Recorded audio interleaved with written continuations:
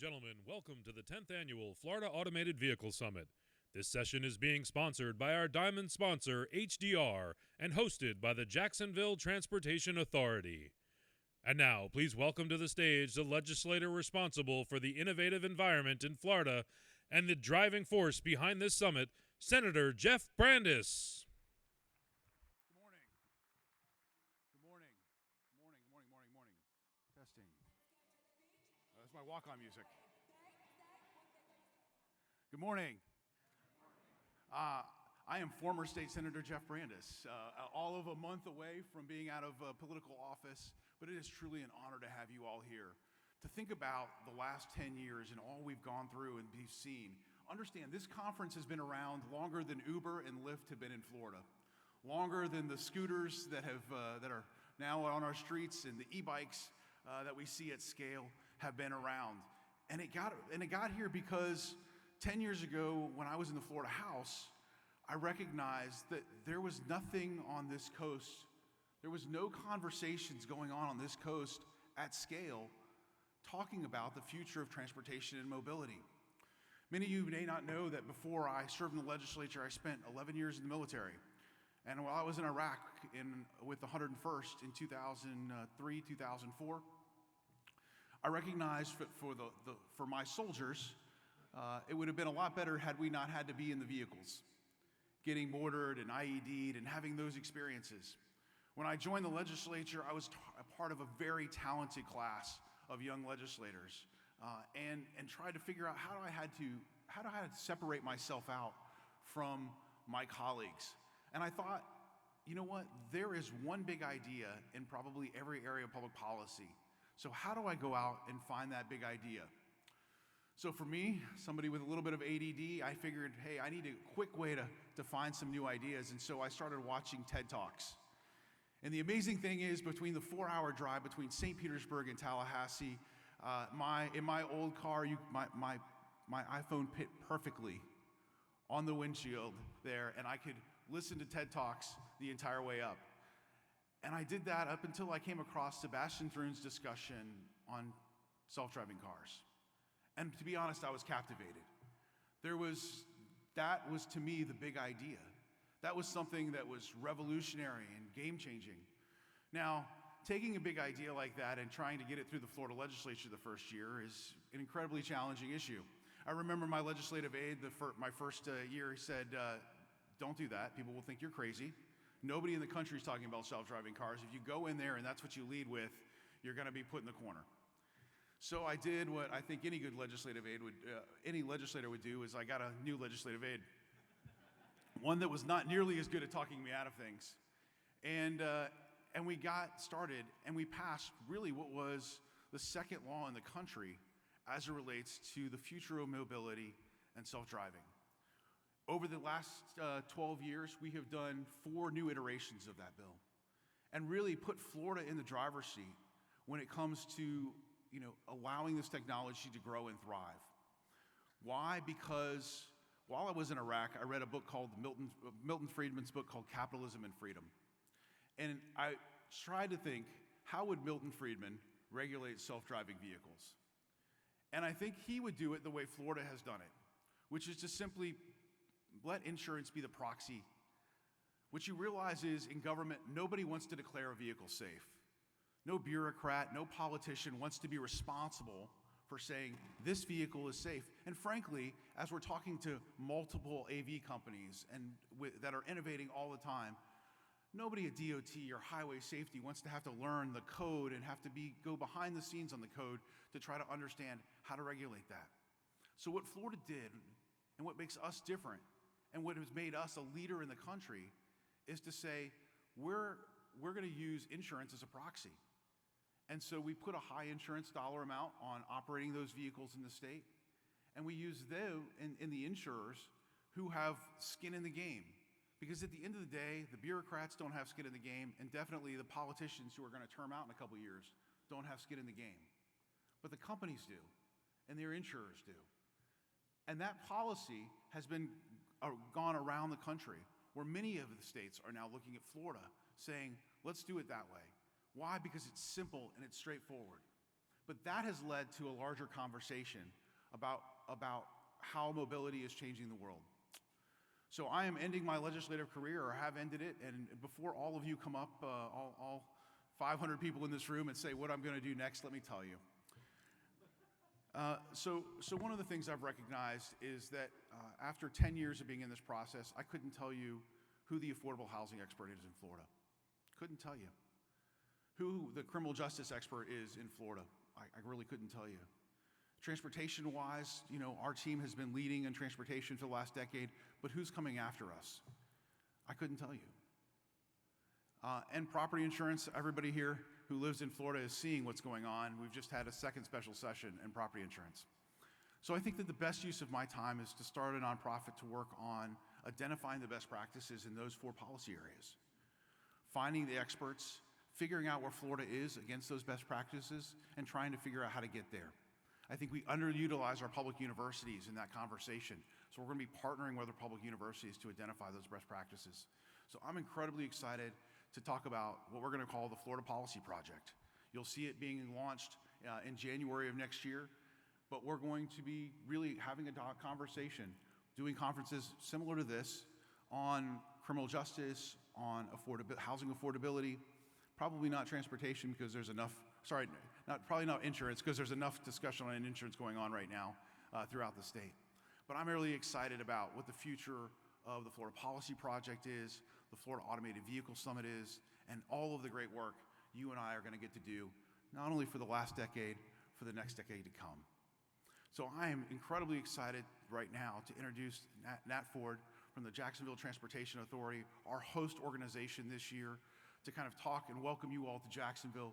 Thank you so much, and we're so glad you're here, and we've got a great program for you. Thank you.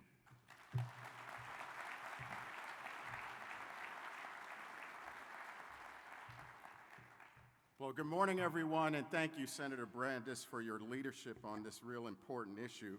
And the opportunities, I think, for your future in Florida are bright, so thank you for your leadership. So on behalf of the JTA Board of Directors, and I'm joined here by Director Andre Wallace and incoming Board Chair Debbie Buckland, we are just honored and privileged to host you here, Jacksonville in Northeast Florida, over the next 2 days, and we expect a very productive summit. Let me urge you to engage with all of the experts and the agencies that are here working on this important subject and important technology, because it is going to change the quality of life in all of our communities. There's a significant amount of work that we need to do related to regulatory policies and private investments, but this is all going to help shape our communities of the future. So those of you who have come to Amelia Island, you're about to see some of the most innovative and exciting activities that are occurring in transportation today. Autonomous vehicles, we're talking about it quite frequently across the country, and I have the honor of serving in some national roles that I get a chance to see the breadth and depth across all modes, surface transportation, maritime, as well as in aviation, and it's clearly going to change the quality of life in our communities and how commerce as well as people have an opportunity to move. As I mentioned earlier, I had the opportunity to serve as chair of the American Public Transportation Association and now as chair of the Transportation Research Board. The colleges and universities that are working in this space, the federal government, FTA, US DOT that is working, and NHTSA working in this space, we are developing those technologies for the future.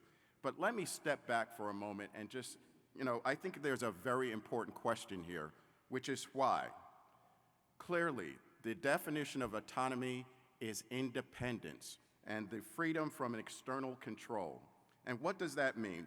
For us at the JTA, that means the deployment of autonomous vehicles will allow the homebound individuals in our community, they don't have to wait for that relative or caregiver to actually pick them up and fit them into their schedule to go to simply something many of us don't think about, and that's going to a grocery store. With this technology and the support of AVs, the person that is wheelchair bound will no longer be restricted in terms of their travel. And think about the world where the most differently abled in our community are able to freely move. The autonomous vehicles do not discriminate. They don't look at rural areas versus urban areas. They don't look at downtown mobility versus beaches communities, or whether you live in a historic neighborhood or some of the new developments that are occurring in our community. Autonomous vehicles and their related technologies function as a great equalizer as it relates to mobility and access for everyone, one that tears down equity barriers and bridges the diversity gap.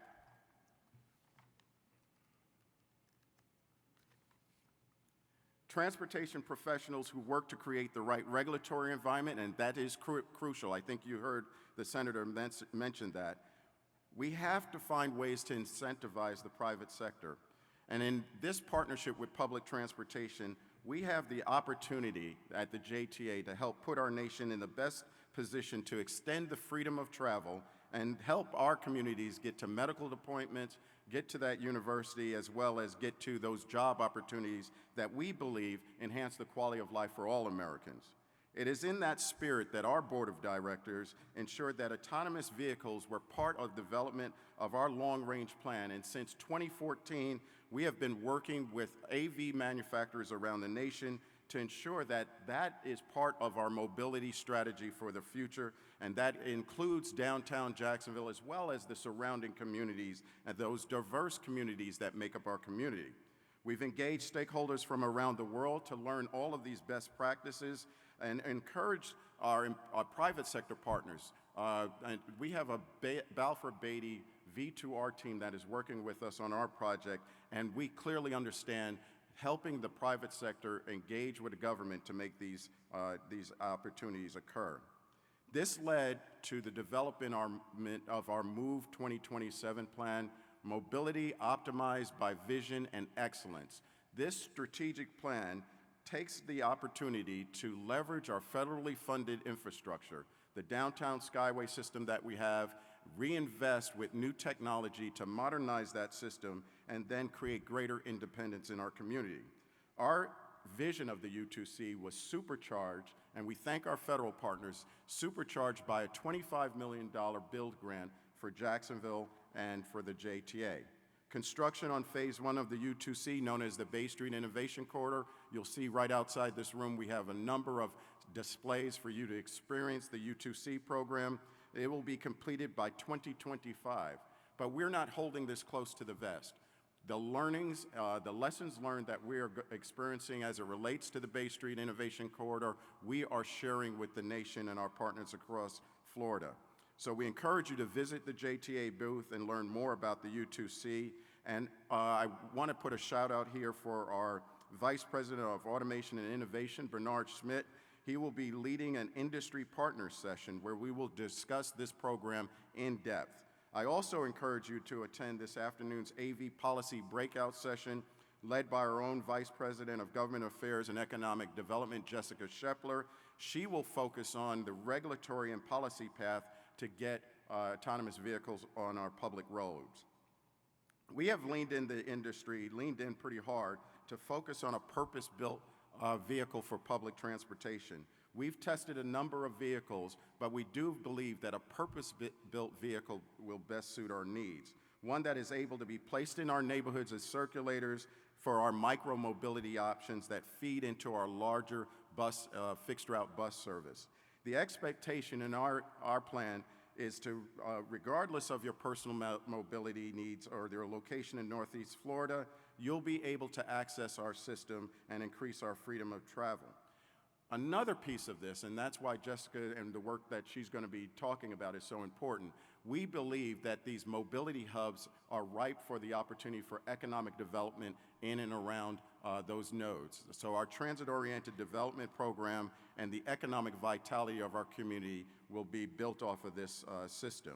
We also use the build grant to expand our downtown test track operation to now a test and learn facility that we are now enabling the public and transportation officials from around the country to come visit and learn about these new technologies. Since 2019, over 3,000 visitors have experienced the U2C through education, test rides, and demonstrations. We have a partnership with the Duval County Public Schools where we actually take the vehicles to the school system elementary, middle, and high schools so that the young people are able to touch and learn about these vehicles. And if you see some young people circulating during this conference, in partnership with Senator Brandis, we decided to sponsor their participation because we believe the future in these systems will be servicing them, and they will be the bright young minds that help us deliver even further on our vision.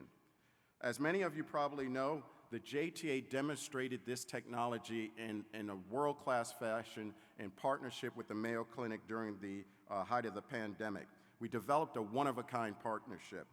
With our U2C AV partners, Beep and Navia, we actually deployed autonomous vehicles on the Mayo campus, Mayo Health System campus.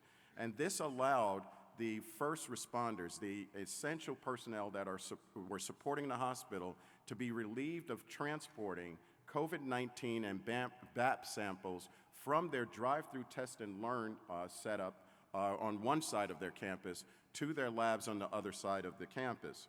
That operation went for 4 months, and we moved 30,000 samples. But what was most important, it gave the JTA an opportunity to push in on a real-life opportunity, help the health community during this terrible pandemic, but we also got some lessons out of there because we operate in level 4 autonomy on a public road, and it was recognized nationally and internationally, and we were so proud to receive the ITS World Congress Hall of Fame Local Government Award for the Americas, and we actually went to Germany to pick up that award. But as the world looks to us, we're also looking at the world seeking the best and the brightest. As many of you already know, that our partners in Europe as well as in Asia are a bit ahead of us in terms of these technologies. France recently passed legislation regulating level 3 autonomy on their roads. Switzerland launched, for a few years ago, launched an autonomous bus system, and now they're further expanding their program. So companies and countries around the world are moving forward, and we need to rapidly move forward with our program. I constantly receive requests, along with the JTA staff, to share all of our lessons learned in this actual program. And I think the time has come where we have to rapidly increase the deployment of not just autonomous vehicles, but also electric vehicles, both in the public and private sector.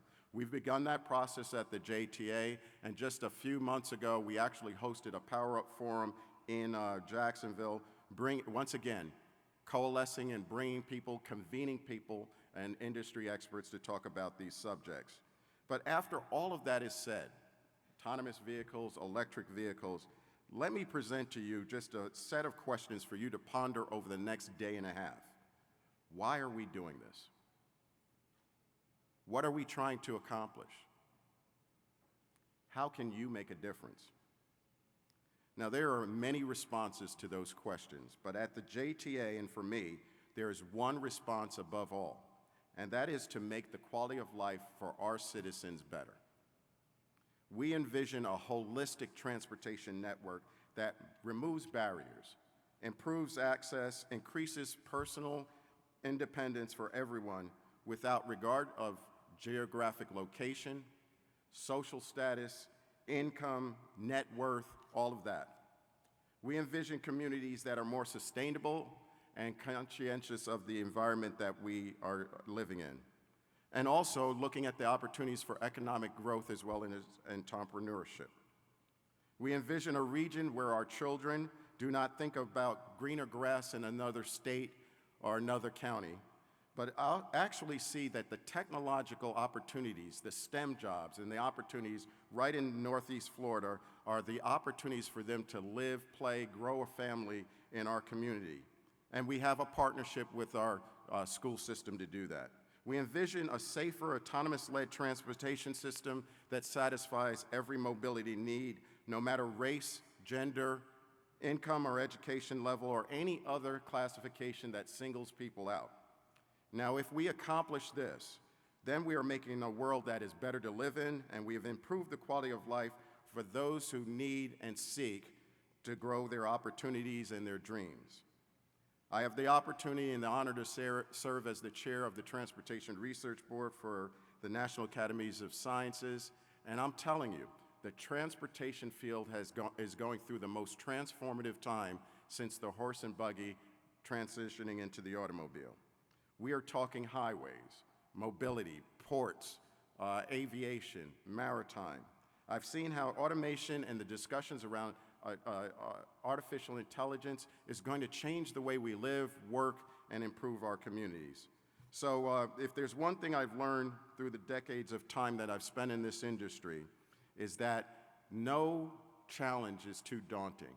There's a lot of questions, a lot of policies that need to be reviewed, regulations, technological decisions that we need to make. But one thing that's been consistent in my 4 decades in this industry is that if we put our heads together and we work collaboratively and we share each other's learnings, successes, and failures, we will be able to successfully achieve our goal. So please take the opportunity to network during this conference and this summit. We are just so excited to host you here, and thank you for having the courage to advance this technology in the future. Thank you for your time, your dedication, your commitment on autonomous vehicles and what they mean for our communities. Thank you. Thank you. All right.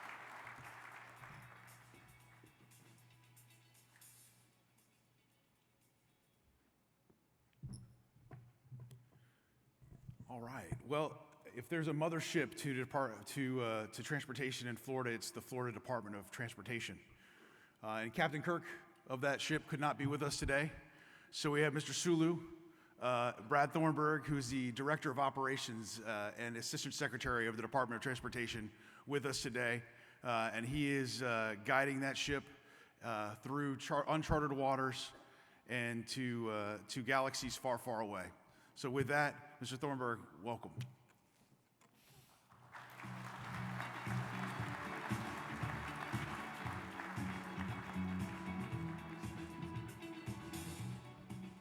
That wasn't the bio I provided, but it's all right. As the Senator mentioned, Secretary Perdue is unavailable today, and he definitely regrets not being able to join us. Unfortunately, he was called away by the governor, which the good thing is the governor has a strong interest in transportation. The bad news is that the secretary gets pulled away a lot of times. So this is one of those occasions. I think there's going to be some great things ahead that we're going to see coming from the state and from the governor as it relates to transportation. I think one of the things, though, that he definitely regrets about not being here is if you know the secretary and if you had a chance to interact with him over the last 9 months since he took that position, he spent a lot of time getting out, meeting with partners, and he places a great focus on building relationships. And one of the things I noticed here today is that we have a lot of new faces, not the same faces we tend to see at a lot of conferences. And so it's exciting to build new relationships, and I know he's going to miss not being able to be here. Appreciate the JTA for hosting the event. This is the FAV is sort of one of those really remarkable events that I think it's the premier state-based conference on automated vehicles and emerging technologies. It was started over a decade ago, and we've had various partnerships that have helped keep it going, and appreciate the work of Team Florida and the leadership of Senator Brandis especially. I did want to note, the Senator mentioned, now he says he's former senator, but I think once you're a senator, you're always a senator. So especially with the leadership that you provided in this area. He noted a number of legislative accomplishments. Back in 2019, House Bill 311 was signed by the governor, really created the framework for the development of automated vehicles. I know it was a House bill, but he was really the shepherd on the Senate side and overall, as he's been over really the last nearly decade in terms of leading the state and from a legislative and advocacy standpoint on automated vehicles. That legislation really has allowed us to advance automated vehicles. One of the things I want to note, a couple of facts as it relates to emerging technology. 100% of Florida's interstate system and the Florida Turnpike is currently covered by fiber optic communications network, vehicle detectors, traffic monitoring cameras, and vehicle detectors.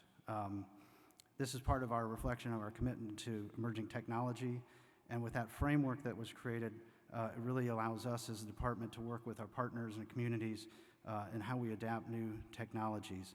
Today we have 113 operational connected vehicle roadside units, along with key stretches of the interstate. We have 108 RSUs deployed on non-interstate facilities, and over the next 3 years, we're planning more than 1,200 additional RSUs.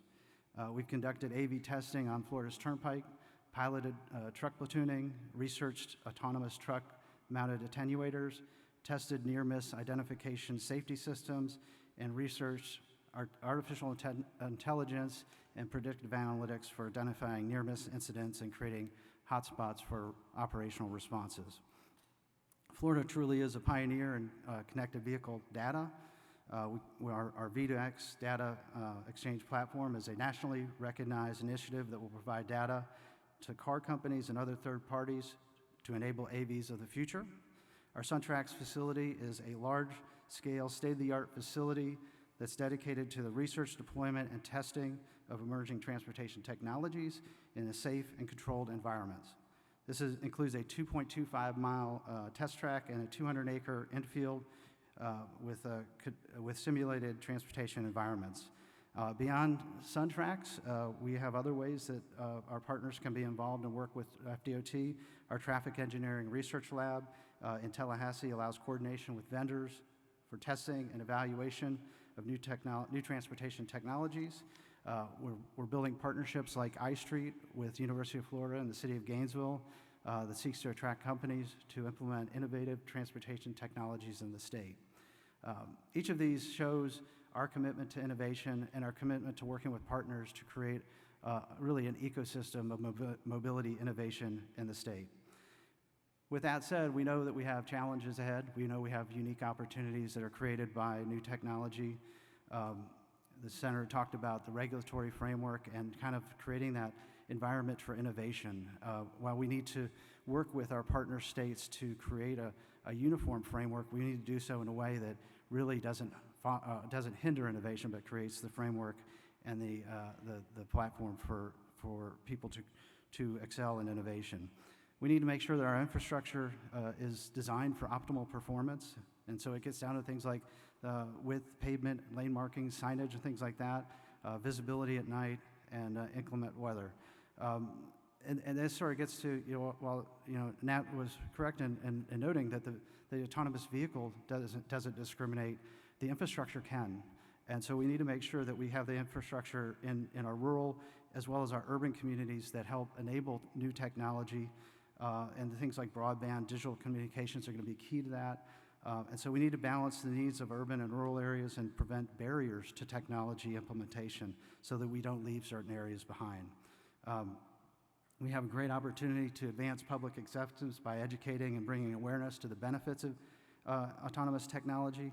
And then we also have an opportunity to build a workforce around technology that identifies career paths in transportation industry.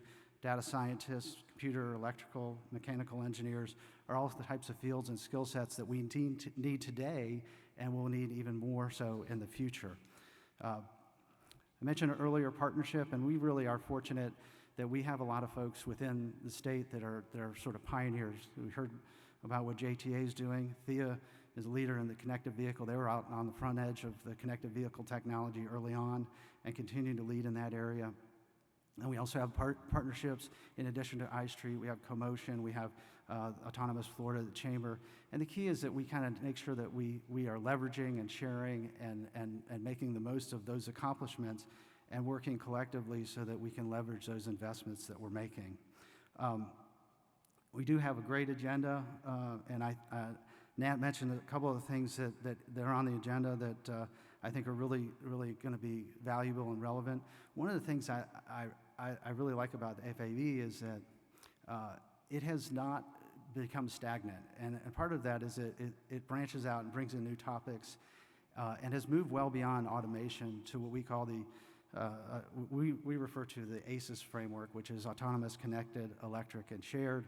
and it's really about all emerging technologies. And so when you look at the agenda, you're going to see there's some really interesting things beyond simply automation. And as a partner in developing an agenda, one of the things we like to do is try to bring in new topics and issues. And so you're going to see conversations in the breakouts and in the fireside chats about things like the deployment of electric vehicles through the NEVI program. You will get the update on ACES and what we're doing, but you're also going to hear from, there are also opportunities to learn more about autonomous air, advanced air mobility, and the work that the department's doing with various stakeholders. Myself and Kenyatta Lee are going to be doing a session on how does emerging technology integrate with the supply chain issues, which is kind of a hot topic. And then tomorrow you will hear from the department's Executive Director of Transportation Technology, Trey Tillender. He's actually a person that you all should probably get to know pretty well. He's really leading the effort in the deployment of emerging technologies with the department. And one of the things he's going to share that's kind of exciting is the use of technology in response to Hurricane Ian and Tropical Storm Nicole. And it really talks a little bit about, what Nat talked about with the why. We need to share those experiences and really, talk about the value of these emerging technologies and impacting people's lives.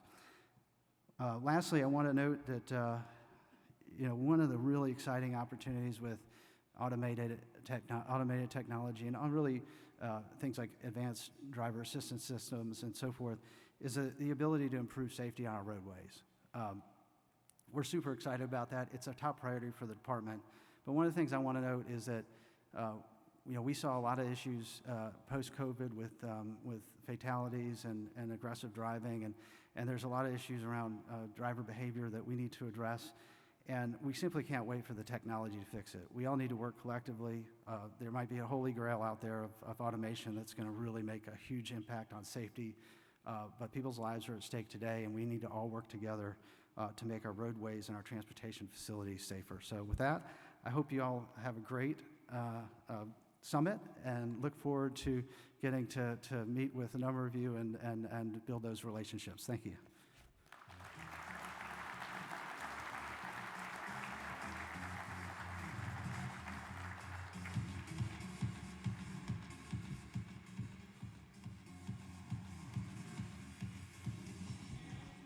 Everyone has heard of the Oscars, the Tonys, the Grammys, and to add to that list, the Innovation and Leadership Award for the provided by the Florida Automated Vehicle Summit.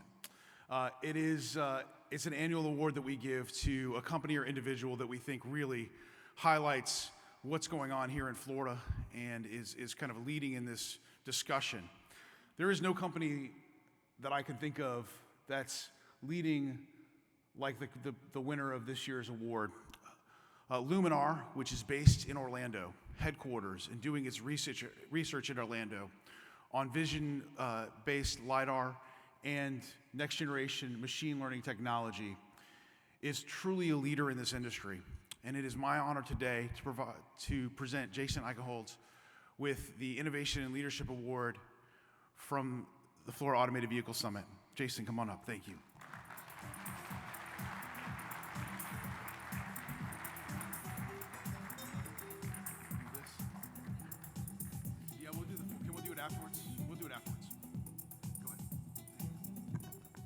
Well, with an intro like that, I guess I have to say thank you to the Academy.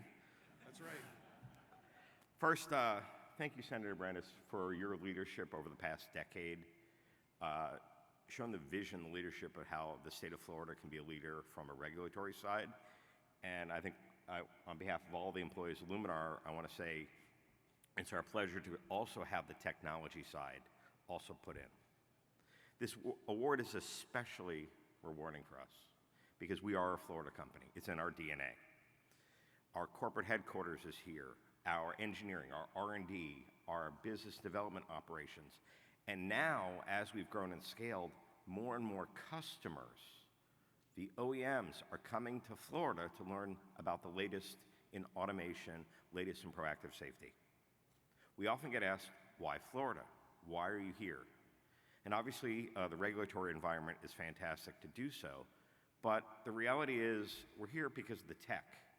As you talked about planting seeds for the future 10 years ago, we're here because more than 30 years ago, the legislature created areas of excellence within the state university systems. In our case, it was the Center for Research in Electro-Optics and Lasers at the time at the University of Central Florida. They invested in that technology. They invested in the professors that came here. That lured me to the state of Florida from up north, and then allowed us to grow a company, because this is where the people are. We built a company with a millennia of man and women years of experience designing and building LiDAR technology. You couldn't do this in the Bay Area. Now, it was a lot harder to do this 10 years ago and convince investors on Sand Hill Road to invest in a company in Florida. Today, post-pandemic, it's a lot easier, and I'm really, really happy that our team has literally paved the way for high-tech companies and autonomy in the state of Florida. I'll talk a little bit later, but our mission is very, very simple. Over the next 100 years, our mission is to save 100 million lives and to give back to people 100 trillion hours. It's a big, audacious goal, but we've got an amazing team. We're proud to be a Florida company. We're especially grateful and honored to get this award because we are a Florida company. And I'm proud to receive this award on behalf of all of the Luminar employees now worldwide. Thank you.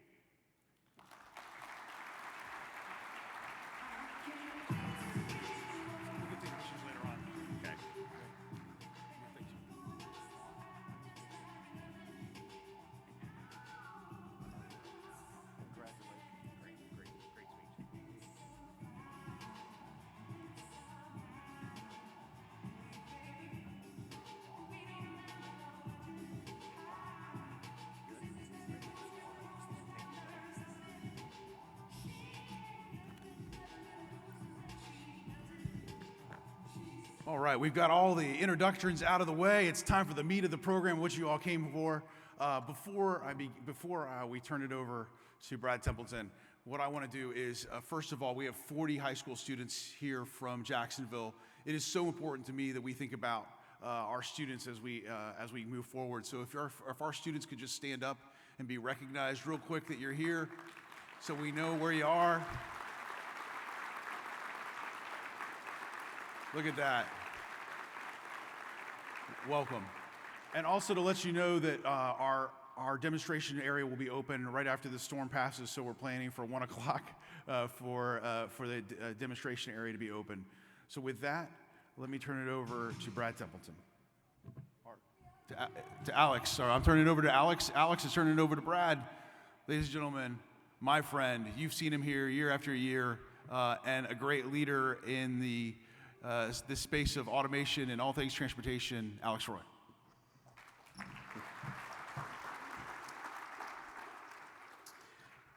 In the late 90s, I owned a nightclub, and I was a street racer and a very badly behaved person who should have been arrested, and totally opposed the idea that there would ever be self-driving cars or any form of automation on our streets. And then I heard about this thing called America Online. I'm like, that sounds cool. The internet sounds interesting. Maybe it'll be something someday. And if you dug around in the late 90s, there weren't a lot, well, there were no blogs. There were some forums and things online. But there wasn't like a major media outlet that was doing really good coverage of what the future might look like, making like accurate predictions. Wired magazine was the closest thing there was to that. It was kind of basically just ads. But it was a place to start. Watching these young kids walk in here today, I was trying to think, like where would they go to find like real information, what's actually going to be important and meaningful 10 or 20 years from now? That's not a press release, it's not an ad. Where is the Wired magazine of transportation? It doesn't exist, and we're decades into this transformation, and still there isn't really a good outlet to teach us anything. So fast forward to 2014, I'm still doing some racing, and I'm like, it might be really cool to set a cannonball run record in an electric car. These Tesla folks seem smart. They have this thing called autopilot coming out. I drove cross country as fast as I could. When I got back, it became pretty clear we had the cannonball record, but this was not going to be an autonomous vehicle in 2015 or 2016 or 2017. So I owned a media company, and I began digging around looking for people who were intellectually honest, doing real work and thinking about the future of this. And I only found 1 or 2 names. And that name, the number one name, was Brad Templeton. He had a blog. He seemed like an interesting guy. He was kind of secretive, but everything he wrote about transportation and electrification and other aspects of the internet going back in time had come true. And so every time I hired someone to work for thedrive.com, I'm like, has this person read the blog by this man named Brad Templeton? He's got an interesting bio that transcends even topics of transportation. I'll run through it quickly before I introduce him. But it is imperative that if you are going to make smart decisions about policy, about investing, about transportation, that you have real sources of information. I mean, people always thought big data is the future. Data is not the future. Data is useless. Information is useful. Honest opinions, intellectual honesty is useful. So I'll run through Brad's bio quickly, and then I want to let him run his video, because what he has to say is going to be way more valuable than almost anything you read in the media. And I know, because I own a media company. So Brad was the founder of Clarinet Communications, pretty cool, but the first internet-based content company. He was one of the founders and original folks behind Usenet. Look it up. He founded rec.humor.funny, which is the world's longest-running blog, and to your credit, Brad, the first subject of an internet cancel campaign. I commend you. Founder of two software companies, chairman emeritus of the Electronic Frontier Foundation, EFF, look it up. Founder of Singularity University, writer of robocars.com, and a columnist at Forbes. But I really recommend going to his actual blog. Just Google Brad Templeton blog, read it on the OG place. Founder of the Foresight Institute, never heard of it till this morning, Brad. I thought I knew a thing or two about you. Okay, an advisor to Starship, they make software delivery bots. Deepin AI, they make AI tools. And Tilt 5, an AR company, I'd never heard of that either. But I'll say this. All these years since I first learned of you, and I went from being the owner of a media company to becoming an executive at Argo AI, the first and biggest of the AV companies to shut down, but I'm not talking today. I made a list of which journalists or analysts called me the morning of Argo's announcement. And moving forward, I was like, this list, will I be accurate? Who's going to call? And the second phone call was my OG hero, the guy who really helped me mentor, he didn't even know this, mentor me as I got thinking about the future of transportation. It was Brad. I was sitting in a hotel room, a little depressed about 2 months ago, and I saw your name come from my phone, and I was like, I was right about Brad all those years ago. So he has a great presentation, and pay close attention. And you young people over here on the right, if you're looking for a future in this, Brad's blog is probably the best place to start learning about what's going on. Brad.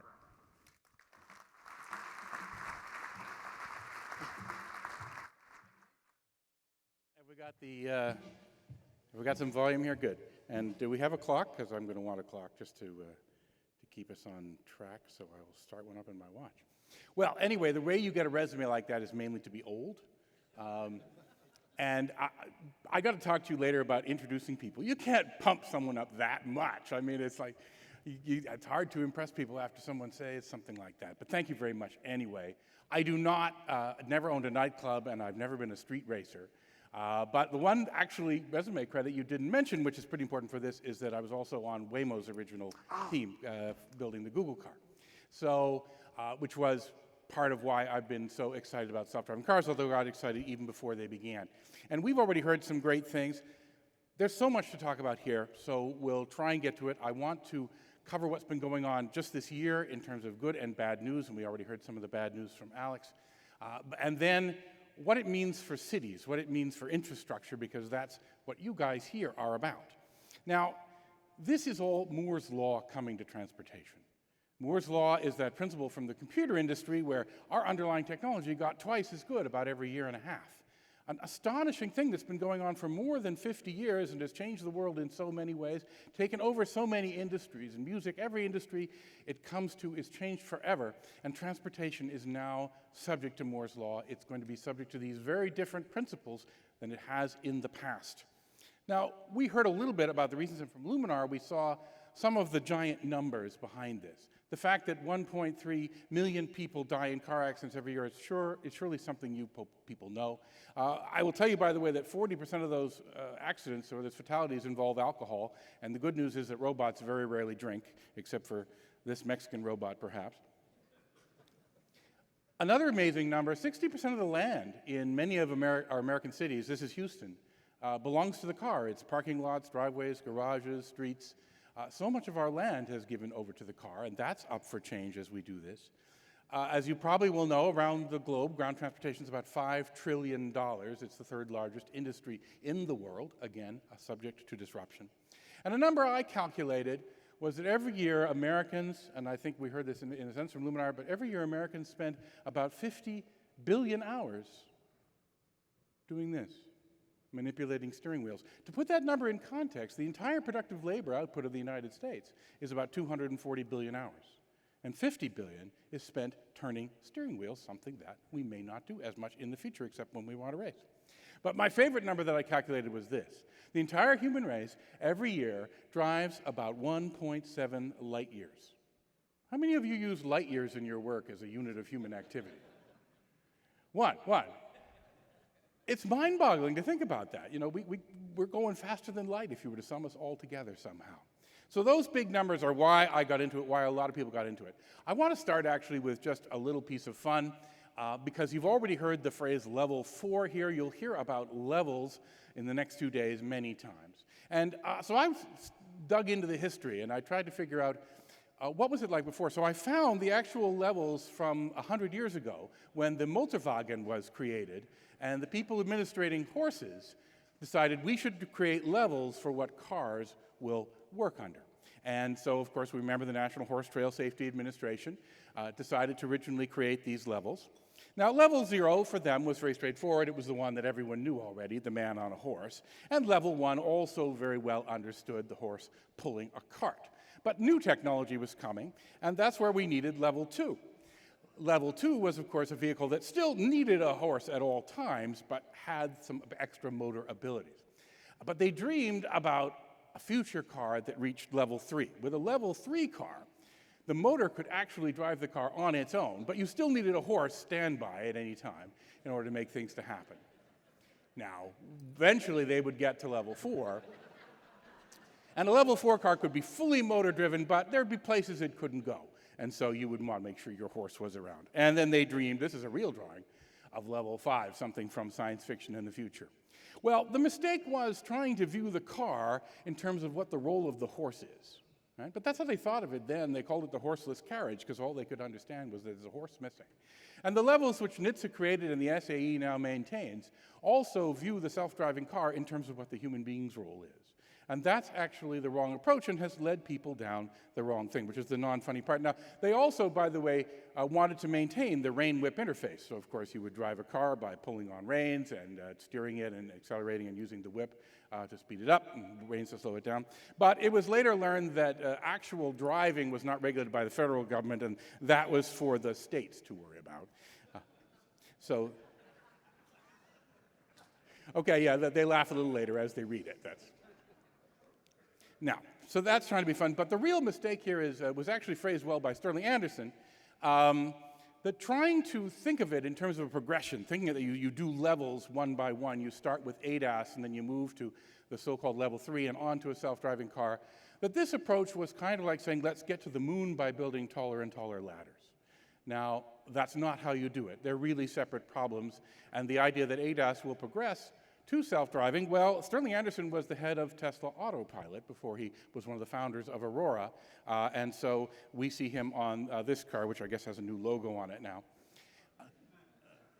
Tesla is trying to do that, and one other company is sort of trying to do that, Mobileye, and they're, I think, better at it than Tesla. But nonetheless, most of the teams that are really doing well at this didn't look at ADAS at all, and they went directly to the problem of self-driving. Tesla is unusual because they are a consumer car company. They're selling consumer cars. They hope that all of their cars, they in fact just got sued and lost when they promised that their cars had all the hardware in order to do self-driving. That just happened a couple days ago. But that's actually much harder than a robotaxi because a robotaxi gets to work in a dedicated service area. It comes home to you every night. You can test it in that service area. You can certify it in that service area. That's a more doable problem than trying to say, let's drive everywhere all at once. And that's why the big success has actually come from these high-tech teams that I'll be talking about. The goal of the robotaxi business is to change the automotive industry from selling cars to selling rides. And that's actually pretty profound. It's more profound than you think. It's not just Uber, particularly when the price approaches a similar price to the price of owning your own car and operating it. But the car OEMs have been backing off from this. Now, Volkswagen, maybe there's a reason. They may have a problem with saying, trust your life to our software, why would we ever lie to you? But that scandal actually, I think, helped the company in the long run. But of course, I'm sure you all heard Alex talked about this. Volkswagen and Ford had both invested in Argo, which was one of the leading self-driving teams and one of the, while owned or founded by car companies, was operating as an independent startup. And these are the companies that have been successful. And the thing I called Alex to ask, and he couldn't answer, of course, was exactly what had happened and why nobody else bought it. And this was the biggest piece of bad news this year, that this large team was shut down. Ford with the main control over this, not Volkswagen. But this team was shut down. And more to the point that nobody else bought it, because a year ago, I think that one of the other companies wanting to get into space would have been interested to acquire a team that was on the ground running with the technology they had. They, all props to Luminar, but they also owned a very nice LiDAR. They had developed a bunch of interesting technology. And this triggered a lot of negativity in the space. If this company could die, does this mean the promises that were made? And there's been more of it. Audi shut down their Artemis. This is a part of the VW group, shut down their Artemis unit, which was also doing self-driving work. Neuro, which is a company building self-driving delivery vehicles that can never have a person in them, recently, although well-funded, recently announced a large number of layoffs. We saw layoffs. Oh, sorry, this is Apple. I'm told that the internet's a bit slow here, so we may or may not see the videos. No, we're not seeing the video. Apple has been working on a car for some time. They're very secretive about it. I catch them occasionally wandering around Silicon Valley. Oh, there's one coming. I have learned one top secret thing about the Apple car when they do come out with it, which is that it'll only work if you get the latest iPhone. So, nonetheless, Apple didn't announce, Apple never announces, something leaked out to suggest that they have changed their plans a bit, that they won't have a car until at least 2026, and it will have traditional steering wheel and controls, so it won't be self-driving at that time. So that's another disappointment that came out.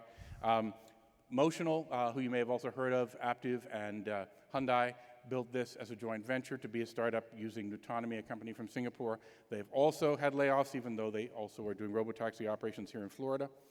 In the beginning of the year at Cruise, and you'll be hearing a lot more from Cruise today, Dan Ammann, who was the CEO of Cruise, was fired by Mary Barra, the CEO of General Motors, over differences over how much Cruise should work on ADAS technology for use in other GM cars and whether the company could go public on its own to incentivize its employees.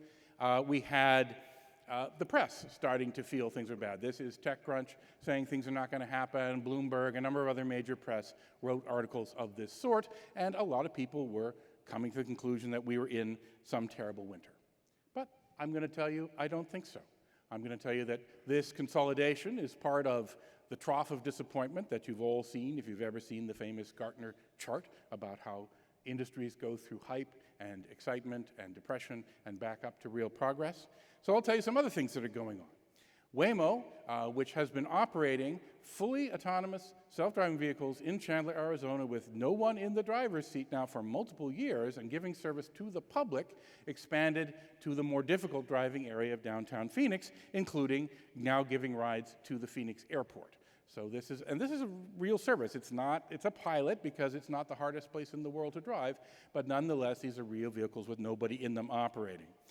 They also moved to San Francisco and are covering this area of San Francisco. And because we're having problems with the videos, you probably won't see this too well. This is not supposed to happen this way, but as it turns out, AI is actually fairly easy compared to AV. All right, well, we won't see this. This is me riding a couple of days ago in one of Waymo's cars, driving around San Francisco.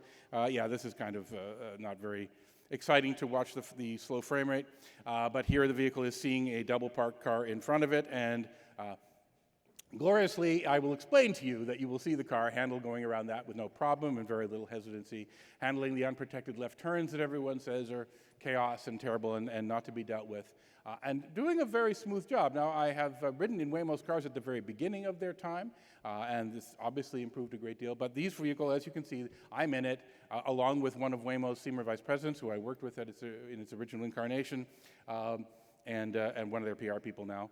I guess I'm pressed to them now. And nobody's at all concerned that there is no one in the driver's seat and we're wandering around San Francisco with pedestrians and complex traffic going on. This is not something from the future. You will hear as well later on today about Cruise, which has had a similar tale of expansion. They're operating in San Francisco. They're only operating at night, so they haven't gotten the full all-day service going yet, but they're working on that. They recently expanded their service area in San Francisco to be similar in size to Waymo's and covering a large area. They're still a little afraid of downtown with their system. And in fact, they have announced that they will be deployed in Austin and in Phoenix, Arizona, by the end of this year. And they'll probably tell you some more things about that. And I'll come back to this map a little bit later. This is the stock price of Mobileye. Mobileye went public about 2 months ago. It was bought by Intel for $16 billion some years ago, and the depressing news at the beginning was they were going to go public for not much more than that. But in fact, where the blue line shows what the rest of the stock market has done after the Mobileye IPO, it has gone up 60% in that period of time. So a stock market that you think is horribly depressed and has highly depressed the values of the self-driving companies that went out by SPAC is nonetheless still very excited about a company with its self-driving potential. Another company you should pay attention to is Gatik. You've seen a lot of trucking go on, and there are a lot of interesting trucking companies, but Gatik is also running these Class 4 trucks with no one in them in Arkansas and in Toronto, moving goods between warehouses. Big, heavy trucks driving around. This is not something from the future. This is not science fiction. This is happening now, and it's expanding. Einride, which is a Swedish trucking company, as you can see, their trucks are designed to never have a human driver in them. They just received an additional $500 million investment. So while some ventures may sadly be wandering off into the sunset, others are still generating as much or more excitement than they did in the past. I should also say, and this is one of the companies that was mentioned that I'm involved in, as you know, there's one product in the United States that no matter where you are and no matter when it is, you have to get it in 30 minutes. And we're going to be able to get anything in 30 minutes in the future because of this project that I've been working on. And again, we will not see the video, but these are Starship's delivery robots. And Starship has been sending these robots out. They have now completed 4 million paid commercial autonomous deliveries. That's more than Waymo and any other company in the world. They do it, of course, by going after the easier problem of running on the sidewalk than on the street. But nonetheless, robot autonomy is real, and millions of people have received packages and food and so on using robots like this. In fact, it's even found, let's see if this one plays. Oh boy, I guess there's not good internet in Jacksonville. Oh well, at a university in Florida, you were going to see a nice video of these robots driving around a university in Florida. So, another positive bit of news is Amazon's unit Zoox. Amazon bought this company at the beginning of the market downturn after COVID for $1 billion, but they're now putting $1 billion a year into it, and they are hiring when the rest of Amazon is cutting hiring or laying off. They are pushing Zoox very hard. So there's still lots going on, lots positive, and that's just in the United States. There's even more going on in China. And this video, which we won't see again, there you go. Well, okay, you can see a frame from it. AutoX is one of the 4 companies in China that's operating self-driving fleets.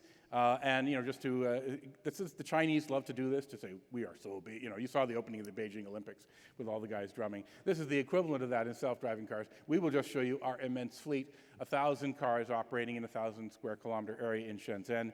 In fact, while these are the cities where we have operating self-driving robotaxi services, either with safety drivers or, in the case of Phoenix and San Francisco, without them in North America and Europe. And if you go over here to China, it's a much larger set of cities. And there are 4 companies in China operating these services in various Chinese cities, and they are going gangbusters. So this is not something that's 10 years in the future, as you might be told.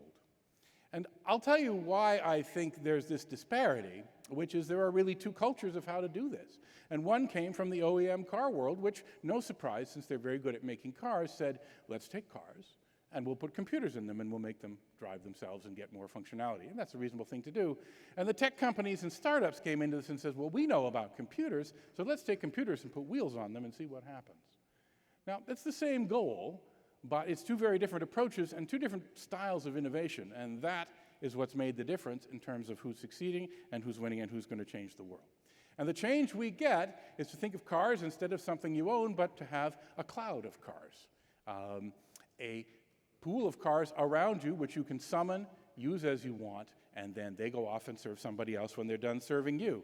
Vehicles that can do that drive you around and keep you safer. They also deliver themselves to you. And very interesting for other issues, they recharge themselves and they park themselves. The recharging themselves is kind of interesting because of this guy. We need to electrify even faster. We've now learned that by buying oil and gas, we fund atrocity. We fund him invading Ukraine. And if we can get off of that oil and gas as quickly as we can eliminate a little bit of that from the world, and that's a pretty lofty goal to get from this. Well, it turns out because the vehicles recharge themselves, they take all of the questions people ask about electric cars. By the way, this is only people who don't have electric cars. It's actually not a problem. But the people who don't have electric cars all believe, oh my God, what's the range of the car? How long am I going to spend charging it? It's going to be terrible. It's a nightmare. I got to keep my gasoline car. But you never ask what's under the hood of your taxi. You don't care about the fuel, the powertrain in the taxi you're driving. All that cares is the fleet manager of the taxi fleet. They care about what's under the hood, and they pick electric because it's much lower cost to operate, has a lot of advantages. And that's how we do away with guys like him. So now let's get into talking about infrastructure. But first, I want to tell you why you have a computer guy up here on stage talking to you about transportation. And that's because the rise of the internet changed the world in so many ways, and I'm going to give you just two of the important elements. One was said by Mark Andreessen, who you may know as the guy who wrote the Netscape browser and now a well-known venture capitalist in Silicon Valley. He mentioned that software was eating the world, which I express as saying for every company that if you are not a software company, if you don't think of what you do or the important factors of what you do as the software, you may not be a company before too long in the 21st century. The second principle, though, is the idea of dealing with a rapidly changing future, because we don't have a crystal ball. Nobody has a crystal ball. Alex said, hey, a lot of my predictions were right. I just know that all the ones I remember were right. But of course, that's not true. It's not true that none of them were wrong. Of course, some of them were wrong, but everyone does have a nice selective memory. But nobody has the crystal ball to actually tell you. And people come to me with their plan, city plan for 2040 or 2030, and I look at it, pretend to read it, and I say, very interesting plan, but it's wrong. It's wrong because you can't plan for 2030 with the knowledge of 2022. Not anymore. You used to think you could do that. You certainly can't plan for 2040. The world's going to be so different in that time that you won't be able to pull that off. What you have to do is make decisions as late as you can. Delay your decisions, if you can find a way to delay them, so that you can make the decision for 2030 with the knowledge of 2028. You can do a half-decent job when you do it that way. If you can delay decisions by being in software, because software is not free to write. Good Lord, it's not free to write. But it's free to deploy. Right? There's no infrastructure cost to deploy it. The basic underlying infrastructure cost is for simple stuff. A great example of this is the New Horizons probe that NASA launched that went to Pluto. And I'm sure you saw these photographs from Pluto. Well, that probe launched, of course, decades or more than a decade before it got to Pluto. And it took so long to get there. By the time it got to Pluto, Pluto wasn't even a planet anymore.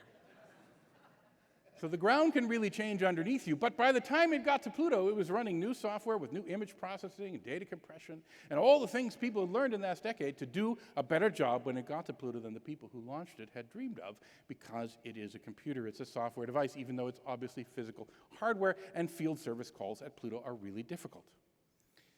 The internet got called by a friend of mine the stupid network. It's not a name not known very well. It's not said very much outside of internet engineering.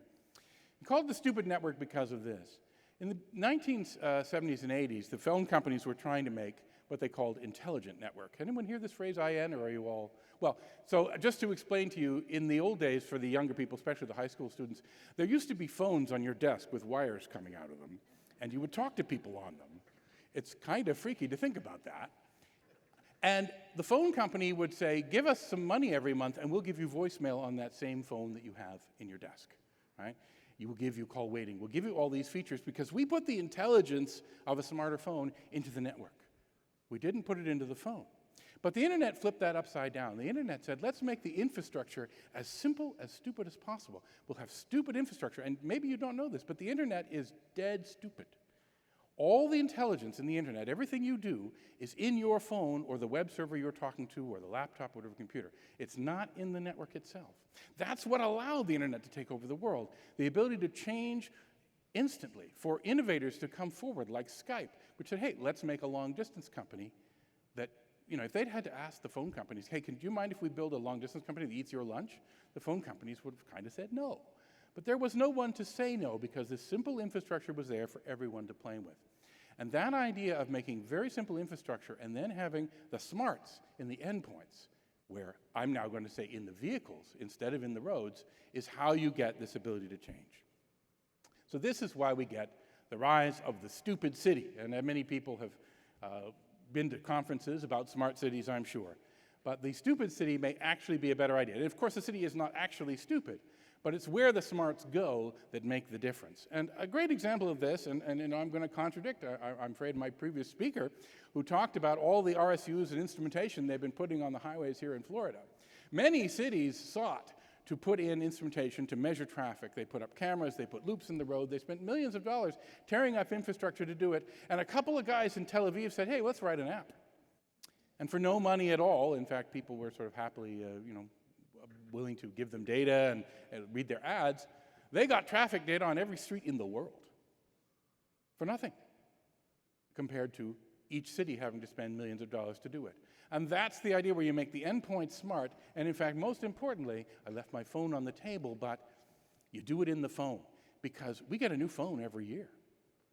And nothing you do in any infrastructure will ever beat doing it in the phone, because the phone may seem not able to do it today, but give it a couple of years and it'll be better than the thing you have, which is why everybody turns off the nav system in their car and just uses the one on their phone, or they now demand Android Auto or Apple CarPlay when they buy cars. This is that approach. And I'm going to give credit, actually, to the folks here in Jacksonville, though, because you're doing the right thing with the urban circulator, which is that you're tearing up the rail in the SkyTrain. Why is that the right thing? Well, rails are, this may seem strange because they're over almost 2 centuries old, they're smart infrastructure. They're dedicated. You can move the following 4 things on rails: trains, trains, trains, and trains.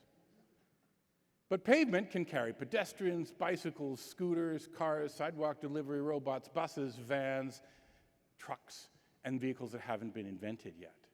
And that basic infrastructure allows you to then change your mind about what you put on it. We today still put physical infrastructure in. We draw lines on the road. In the future, we may not even do that, although because of pedestrians, we probably will. So I advise cities, when they're thinking about what to put in, they want to put in light rail, I say put in BRT absolutely ahead of light rail. Because with the BRT track, you can change your mind about what runs on it. If you put in light rail, you've pretty much made a decision for the next 50 years about what's running on it. But I would do one thing differently. I wouldn't do the BRT like you see in the picture. In this, the BRT is actually blocking the lane when it stops. And that's one of the great things that vehicles on rubber tires can do, which is that they can go around. You must make your stations offline to allow where I think the future of transportation that's shared as well as private transportation goes. Now, we've heard this phrase many times, mostly by people who are opponents of cars, that cities are for people, not cars. And this is absolutely true, but it forgets, or at least everyone who says it forgets, who's in the cars. Well, people. And the people are in the cars because they want that type of transportation at that time. When they're walking down the street as a pedestrian, they're very annoyed at the fact that the street is busy and noisy and dangerous to cross, but then they realize an hour later, I'm going to be in one of those cars and I'm going to want to get somewhere. And so they want a trade-off between the needs of all the users of the roads and streets, sidewalks, and together, for when they're in the cars, when they're in the buses, and when they're on their feet. And I think we can find that. I think we can build cities a little more like they've been turned to adapt them in Europe, which have cars go in a very small lane on the high streets, the pedestrian streets, allowing people to only get there when they have business on that street, and giving lots of wonderful and pleasant space, rather than entirely just a pedestrian mall or just what's called a strode, a giant, very unfriendly street with nothing but lanes behind it. I've also been interested to look at all the reasons that urban planners who don't like cars hate them. And as you can see, the color's not very strong on that screen. But as you can see, the ones on the left, almost all these go away with electric self-driving cars. All right? The ones on the right don't. There are these 3 which still need to deal with, and in more detail or in the breakout, we could talk a little bit about why those go on. But in fact, and I'll surprise many people here by this particular one about them appearing inefficient instead of being inefficient. The New York MTA subway, which is the most efficient transit system in the United States, uses the same amount of energy per passenger mile as my electric car does. Okay? There is no transit system in the United States that's better than my electric car in terms of the amount of energy used. If you don't believe me, this is a number from the Department of Energy that calculates this every year. That's terrible. I mean, the transit systems could do better. The cars are going to get better. And in fact, the scooters and little small electric cars that I've been working on actually already do better. So the transit systems as they're currently implemented are not efficient and they're not cheap. And we need to fix that if we want to provide actual sort of transportation we do. So here's my vision of where transit might go in the future. Today, transit is based on big vehicles, which of course have drivers in them, and because of the way budgeting for transportation is done in the United States with federal money and local money, the drivers are the largest part of the cost for the local transit agencies.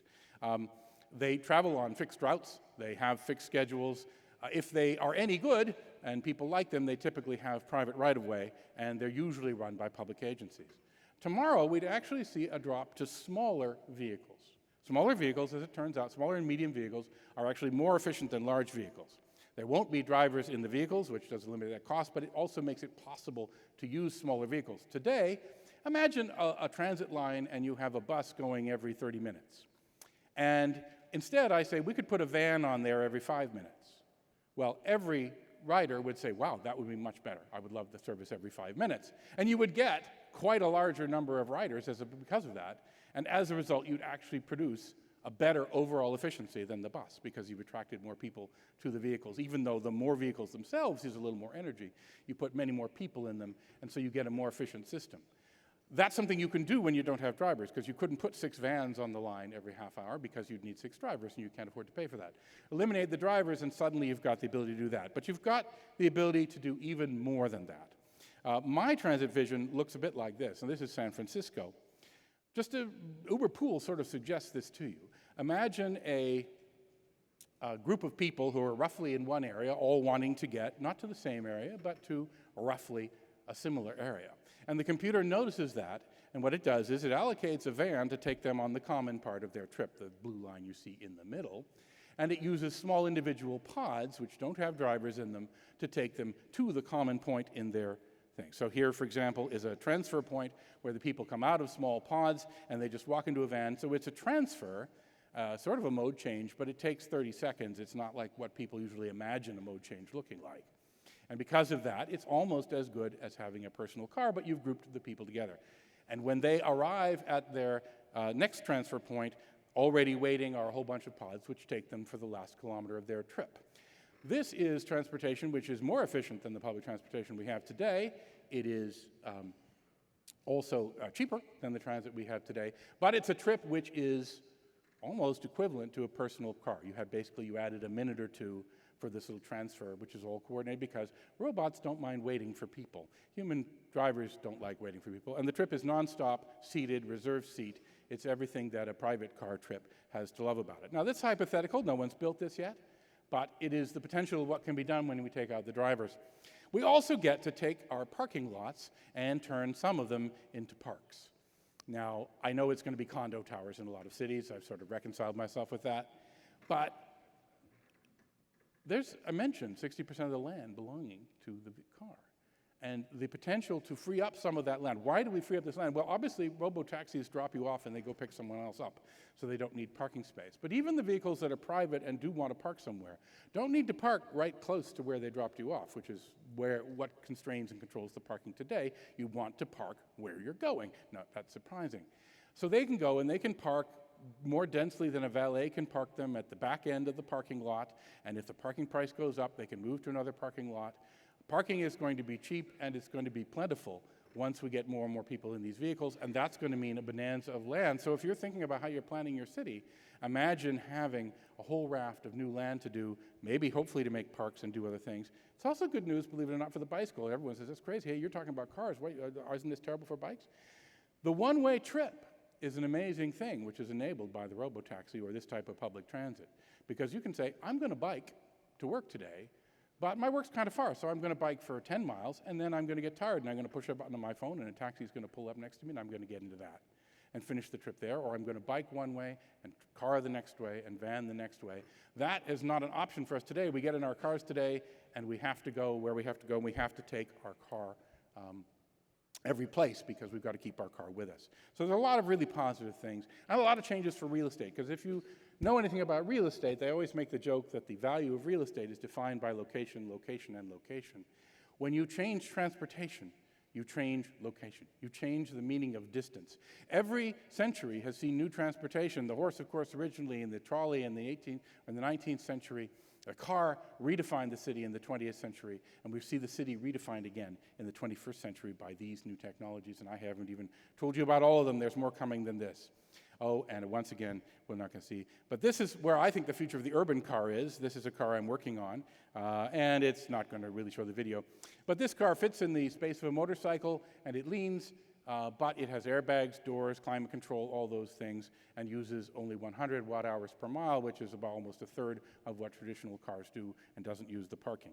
So if we can, and because this car only seats 2 people, it's not the kind of car that people would ever buy to be there. Well, we shouldn't say many people do want to buy it, but not the car that people typically buy in the United States, because everyone goes into a car dealer and says, I need the car that fits my life, that's going to do all the things I do. I drive and go skiing. Well, maybe in Florida you don't, but whatever you do, you buy an SUV in the United States, and 80% of the trips that people take are across town and with one person in the vehicle, which is what a vehicle like this is perfectly for. So if it comes to you as a robotaxi, suddenly it's the kind of vehicle you would actually take most of your trips in, and suddenly reducing the amount of road space used and the energy used by very serious factors. One last little quick stop before we get into a few minutes for Q&A. About electrification. I've mostly, of course, talked about self-driving cars and also how they enable electrification. But electrification is, of course, a very hot topic right now. Everyone's working on it. Billions are being allocated by bills as we speak. And yet so many people who don't drive electric cars still have what I call gasoline thinking. And I use a picture of a very ancient gas station to illustrate that, which is, yeah, you drive around all day, you wait for the car to say E, and then you look for a gas station and you go in and you want to fill it up in 4 minutes. But that's not how electric cars work, but that's not a problem. However, unfortunately, everyone with gasoline thinking is thinking the only solution is lots of these high-speed charging stations. As an electric car owner, I will tell you that I never use these in my own city because I have charging in my home. And so the big problem is actually just to get charging in the homes. That's to make the apartment buildings install the charging, to put charging on streets and curbs when there are no garages and driveways on that particular street. Give people the experience of simply having a gas station in their house that fills their car every night, and they don't think the way they used to think with gasoline anymore. The fast charging stations are needed for long road trips. When you're going out of town, you're going more than 100 miles from your house. You need those there. But so much of the money and legislation these days has been allocated about these stations, and this is something that people need to understand, which if they drive the cars more, they will understand. But for now, we don't need the 10-minute charge. So lots of big numbers, lots of big change. Billions of tons of CO2 as we move to electrification through the self-driving car.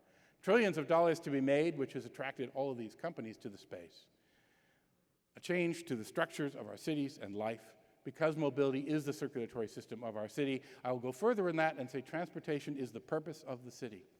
Yes, we share sewers and a few other things, but the reality is we live in a city, so it will be a short time to all the things in our life, to our friends, to the shops, to our recreation, to our work. We want that trip to be short, and so we live close together because that's the way we know to make that trip be short. If you change the meaning of mobility, you change the very essence of the city, and that's why what's going on at this conference is one of the most important things. And it should never be forgotten, the goal that most people used to get into this in the first place, which was the opportunity to save millions of lives. All these things are going to happen. Smart people are doing them. It's underway. It is not dead and not happening for decades, and it's going to change the world now. Thank you very much.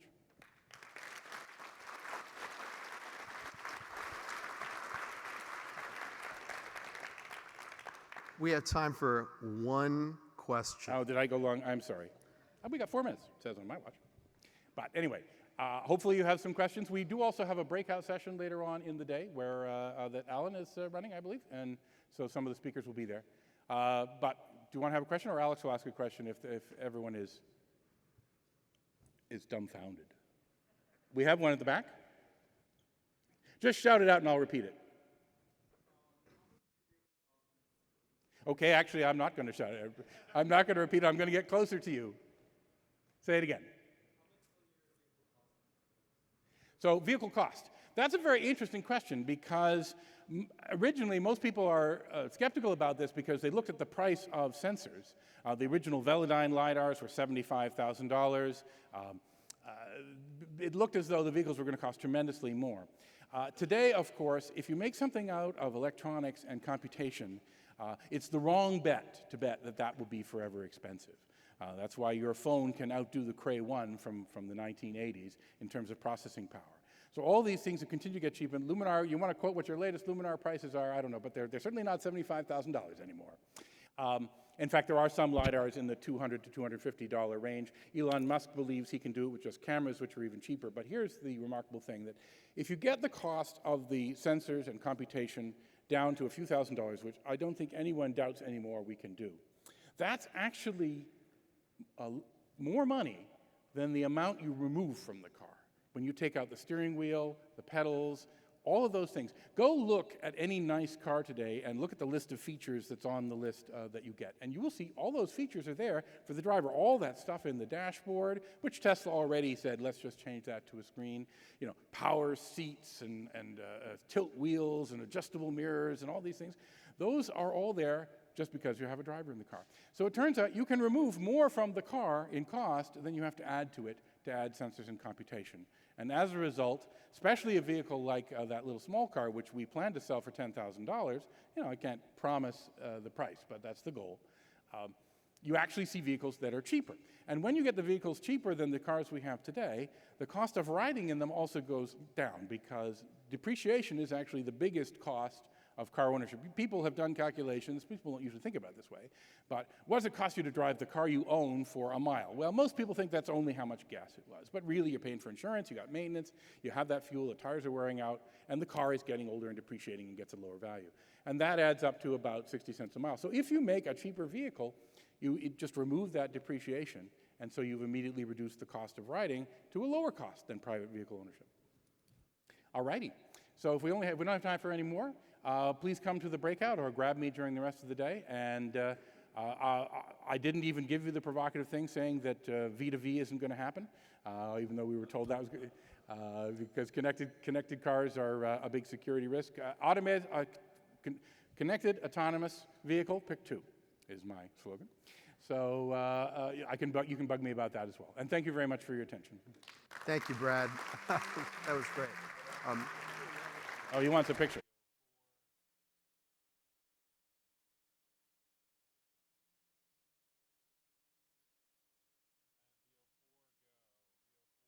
Ladies and gentlemen, please welcome the chair of the Autonomous and Connected Vehicle Group, Ariel Wolf.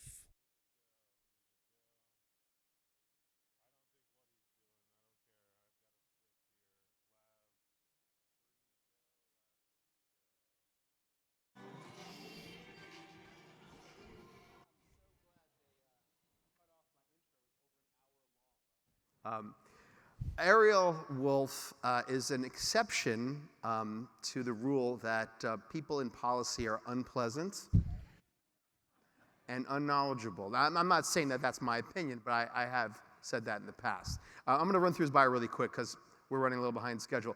He leads Venable's Autonomous and Connected Mobility Group. He's the general counsel to the Autonomous Vehicle Industry Association. He has represented clients in front of NHTSA and the Federal Motor Carrier Safety Administration. He was previously senior official at DOT, and he represents a coalition of LiDAR manufacturers. We're going to jump right into this, but I'll just say this. I seldom like to introduce someone like Ariel on stage because I don't like them. I like him a lot. Let's hear what he has to say about policy.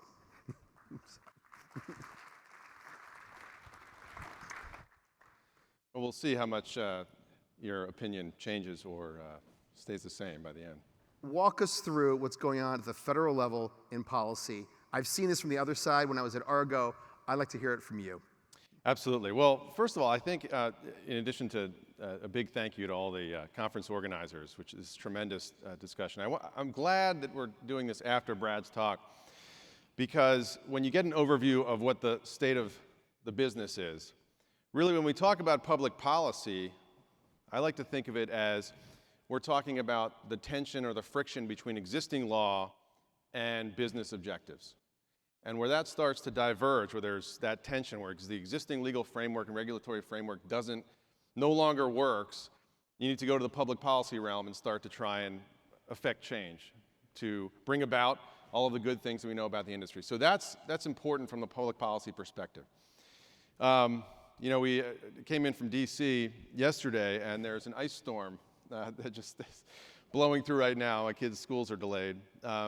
Let's hope that that's not a harbinger for 2023 public policy, at least in DC. I think what we're seeing overall is, as we enter the coming year and with the AV industry, is essentially, we've talked about it for a few years, but we really need to address the urgency of changing the regulatory landscape for AVs. The urgency has been talked about for a long time, but now it's real. That's sort of the theme, right? 2016, 2017 AV legislation and all of that. There's been work at USDOT, but now it's real. And why is the urgency real? Or I should say more acute now than before. It's really three things. The first is the global competition. Brad talked about it. It's been raised a couple of times. We are really in a global race. The U.S. is and remains the leader, but that pole position is under threat, and there are tremendous pressures. The second is the macroeconomic environment is creating pressure to commercialize the technology. And currently, the regulatory picture does not allow commercialization of AV technology to happen at scale.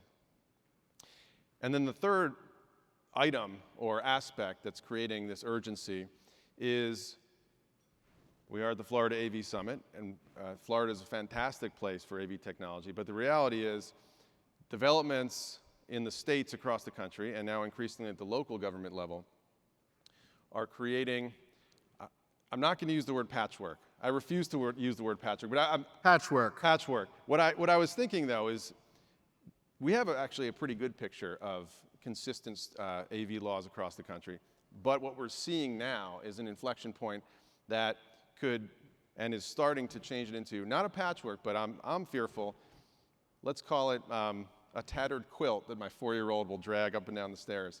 That's what I worry about.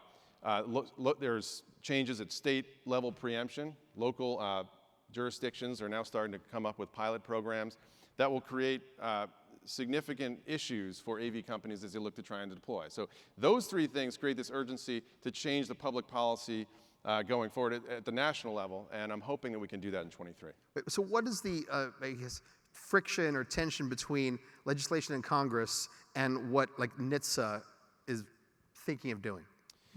So that's the big question. What can be done at both of those levels? I want to use a football analogy, or really it's any analogy, I suppose, in any sport, as you'll see. I think we have to think of Congress as the head coach, and we have to think of NHTSA and USDOT, actually, more broad, because there are multiple modes, as the offensive coordinator. Congress needs to set the tone and make fundamental changes to direct the country's AV policy. And the reality is we know the fundamental elements of AV legislation. We've known about it for 5 years or more. We need Congress to raise the exemption caps so that AV companies can apply and obtain exemptions so we can start to see the novel designs and the purpose-built vehicles out in the roads to gather the data and then be able to scale it.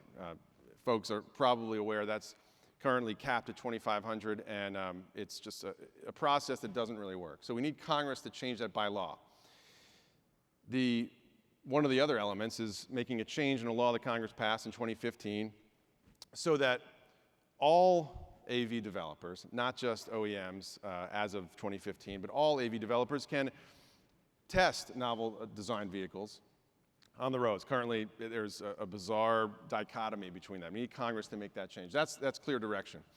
And we need some other changes that Congress can do. And we also need, in that legislation, a clear statement of preemption and deciding and really stating clearly what is the role of the federal government in regulating the design, construction, and performance of motor vehicles. And states, of course, continue to regulate the operational aspects, insurance and licensure and so forth, and rules of the road.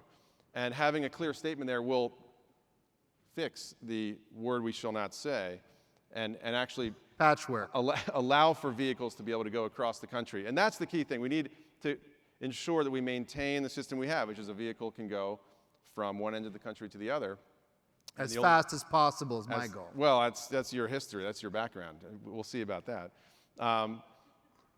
But that has to happen, and we're in danger of that not happening. So Congress sets that tone. Now, on the US DOT side, when it comes to NHTSA, they're the offensive coordinator, or really they're calling the plays, in a sense. We can see a situation, we have seen in the past couple of years, where a determination can be made to go slow or fast. Now we're in the end of 2022, and thus far, we've seen a standing general order issued. NHTSA's requested data. There's talk of, in the coming year, doing a demonstration program, a national pilot program, essentially. There's been one final rule issued for occupant protection standards, but the reality is, what are the things we need NHTSA and US DOT to do if they were going to get aggressive and go on the offense and follow a lead that Congress hopefully will take in 23, and we'll talk about that a little bit also.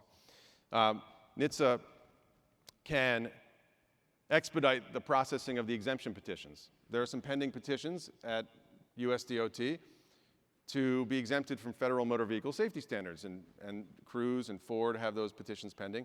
There's no understanding what the process is. How long does that take? What are the requirements? What's imposed on the companies in order to get it? And so being able to move that more quickly is important.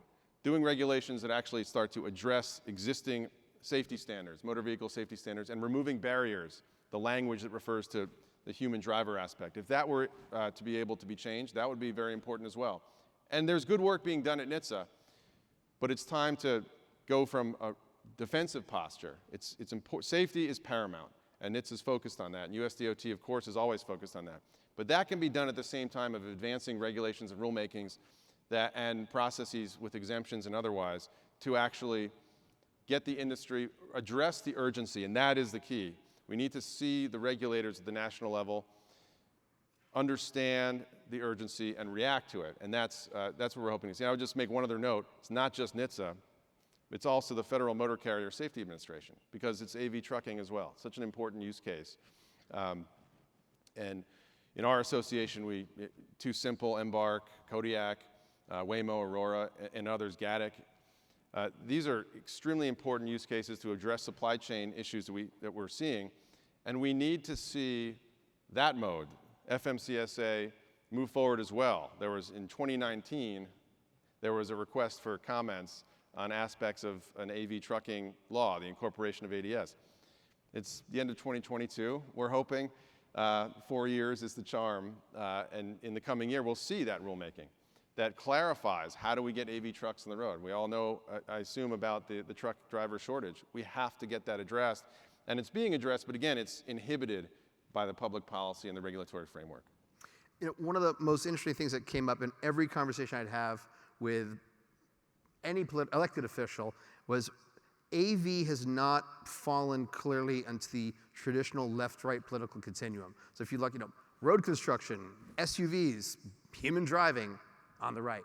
Urbanism, protected bike lanes, better like urban policy, like on the left. But AV, people often don't know what to think, and that's even before they know how to talk about it, which is what Brad is referring to regarding levels. So what is the effect of the new Republican majority in the House on the next phase of policy? Well, certainly a lot of change coming to D.C. Coming up. I think the biggest thing, I see my colleague Marco Sylvester, also from D.C., is that we get to go into the House office buildings without an escort going inside. So the COVID restrictions are going to be lifted there, so it's a little easier to get in and out of the House. But kidding aside, look, it's fundamental to have this issue remain not just a bipartisan issue, really a nonpartisan issue. Again, we all know the underlying reasons why this technology has to get brought out to the public to solve all the issues that we've talked about for several years at this summit and elsewhere. But when it comes to Congress, it has to be a situation where we don't see at hearings. Look, in 2017, the House Energy and Commerce Committee passed legislation out unanimously. And that reflects that understanding. the fact that we're here today and we might see differences in how that legislation ends up coming to take shape in different ways, I think that's healthy. And we're working really hard to make sure this remains a nonpartisan issue. At the end, I think fundamentally, Alex, it's an education piece. Every time there's a new Congress, whether it's a new Republican Congress or a new Democrat Congress, there are new members in the House and in the Senate every 2 years. We have to educate the new members. That's what we're working on. And what we're seeing, and this speaks a little bit to, I know it's an issue that's important to you and important to many, on the marketing side. What we have seen is, you're a member of Congress, you come in, you got 1,000 issues you got to work on. And there's consumption of, what is the consumption of AV news and understanding? It's going to be stories about what is essentially driver assist technology being involved in crashes and those. Are you going to bring up the motorcyclists now? The motorcyclists, we actually, we just saw that the other day. They're starting to get active and tell their congressman, well, there's crashes involving motorcycles, involving autonomous vehicles. We got to address that. Of course, it's dealing with driver assist technology. And that's, Republicans, Democrats, we have to address the education piece and really the marketing and in some cases deception that occurs in that forum. I know you want to be diplomatic about this, but let's be really specific. Motorcyclists, friends of mine, always bring up, oh, autonomous vehicles are dangerous, they're bad, we got to ban them. And then they pull up stories of Tesla autopilot, and then because they think that is what an autonomous vehicle is. Well, that is true, but without referencing any company specifically. I'll reference them all day long, it's fine. The fact is the regulatory framework is a key inhibitor of AV deployment, but so is the understanding, this marketing piece, and just the coverage and the public's understanding of AV technology, or to say lack thereof. That is so tremendously, it acts as its own form of inhibitor, and they're related, of course, but it's an inhibitor for AV deployment. And there needs to be, in my opinion, a huge effort on the part of the industry and all of its allies in the coming year to try and address that. Because the best way to get members of the public to appreciate AV technology is to get them in AV technology. And the worst thing they can do is read mainstream media because there's no clue about how that works. That is, unfortunately, that is the case. And so if we can find ways to deconflict those things, and we've been working on this. You look at the U.S. DOT Standing General Order requesting data. We worked very hard to ensure that the data sets on crash statistics that are released to the public are decoupled. So there's ADAS, or driver assist, and then there's the data sets on crashes for ADS. And that, just a little bit there, which doesn't make its way into the ether and mainstream media, but you see the very pronounced differences in the technology. ADAS technology is tremendously important. It's making huge advancements. I like to say, just for the people who are confused, you say ADS or ADAS. There's autonomous vehicles, and then there's not autonomous vehicles. The dividing line, I call it Roy's razor, is can the passenger just sleep in the back? You don't want to talk about the patchwork, but you brought a map. Let's pull up the map of the states. Where's that map? There it is. Walk us through this map and why it's not a patchwork. Well, you see, we even use some of the striping here. You can look at it as a patch. We've seen over the years in our team different maps put forward on AV laws, and I think there's good work being done. But the fact is, sometimes they focus on things that aren't that relevant or important to the industry. Or the public, for that matter. Whether it's an executive order or a law, doesn't matter. Can you test there or can you deploy there, and in what ways? So you look here, and what this is essentially doing, the light blue color shows where you can deploy AVs. You can deploy it, which means commercial deployment. You can commercialize the technology. Gray is silent, and those are going to change every year, every set of state sessions. We're going out, we're getting engaged, we're enacting model legislation. And there are going to be some, we're already getting prepared to go into some of these states. What's going on in Mississippi? What's wrong with these people in Mississippi?